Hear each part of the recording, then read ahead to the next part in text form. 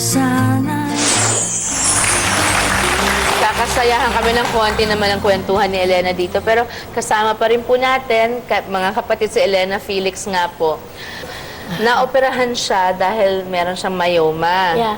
Noon nakaramdam ako ng bukol sa tiyan ko, sinabi ng mga anak ko rin, sila yung talagang nagsusuporta sa akin, nanay, kailangan mo na magpatingin.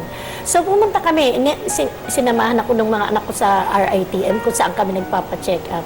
At nung sinabi ng doktor na positibo na meron kang myoma, so nirefer ako sa isang ospital sa Manila. Nakinunan ka na naman ng dugo. Oo, kinunan na naman. Pero hindi, nag-disclose naman ako doon sa doktor. Okay. Oo. Talagang nandun yung tiwala ko sa mga doktor. Sila yung nakakaalam.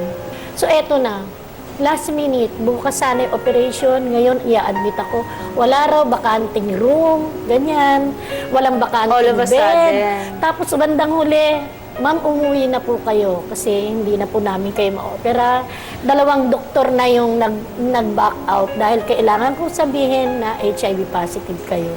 So yun, parang eto na naman, biglang binagsakan na naman ako ng langit at lupa. But there are precautions to take. Yeah, And sila in yung the nakakaalam States, nun. they would never, di ba? Sa ibang bansa, they would never turn you away. Yeah. Parang... So yun parang sabi ko nga kahit pala naging mabuti kang ina, dahil lamang sa status mo, ito yung gagawin sa'yo. na hindi mo kasalanan. Na hindi naman kasalanan.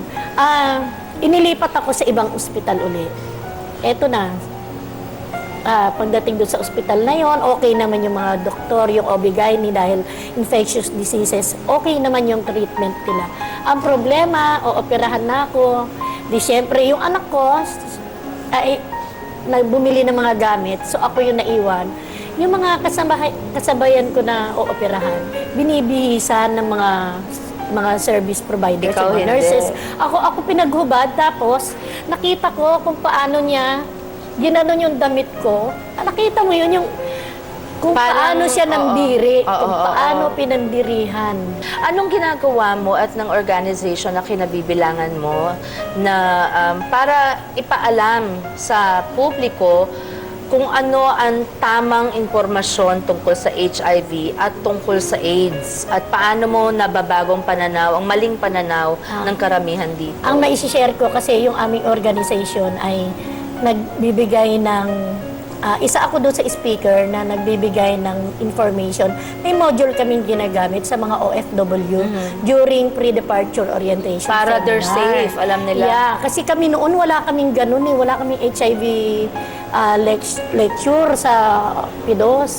Sila ngayon, at least kami, mga kabahagi kami, na nagbibigay ng informasyon, di ba? At least maproteksyonan.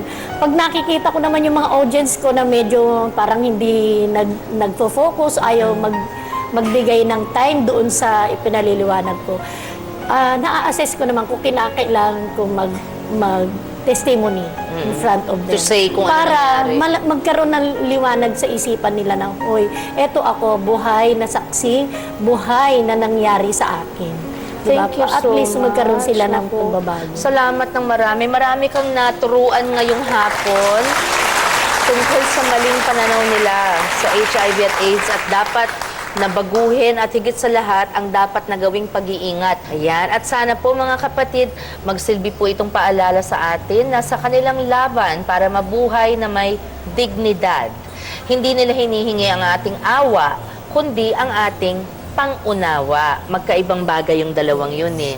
And thank you very much again for Maraming guesting salamat. here, Elena. Thank you so much. God bless you. Thank you. Noong February 6, mga kapatid, alam mo ba, Elena, noong February 6, isang matinding lindol ang yumanig sa buong Negros.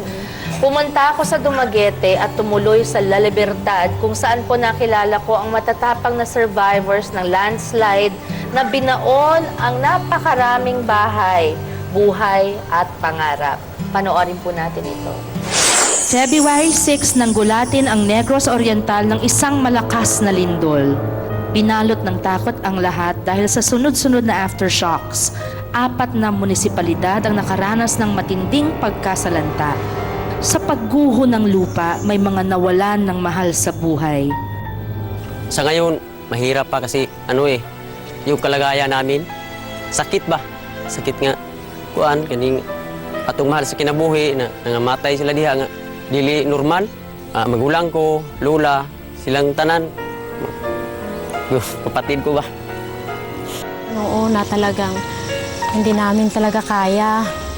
Kaming buong pamilya talagang nagdalamhati kami sa sobrang sakit. Biruin nyo ilan ang nawala sa amin, 6. 6 sila, yung mama ko, yung kuya ko, pati asawa niya. Wala na kami, paano kami mag-uumpisa?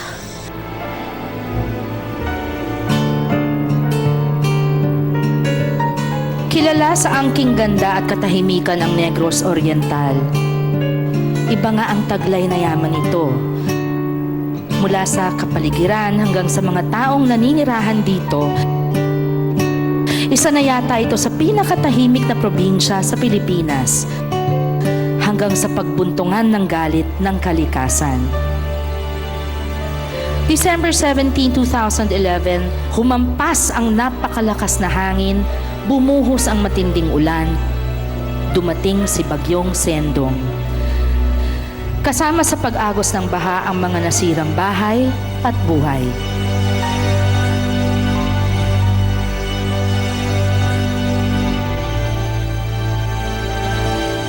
Dalawang buwan lang ang dumaan, nag-ugaan naman ang mga bahay, nabiyak ang mga kalsada at gumuho ang mga bundok.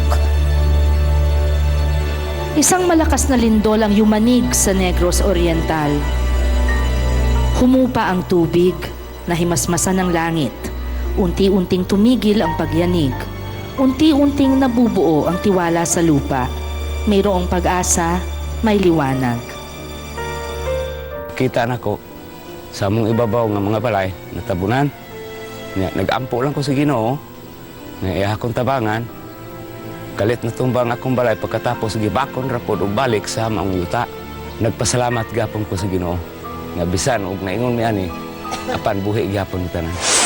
Na in love po ako hindi lamang sa lugar kundi po lalo na sa mga tao.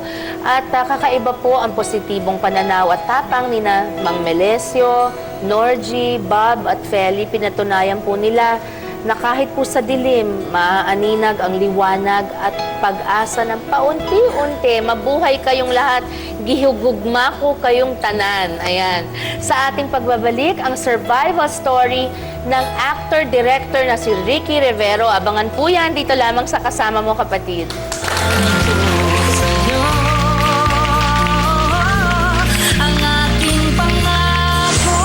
Pagdilat ko, nandito na siya sa ibabaw ko, tas sinasaksak na ako.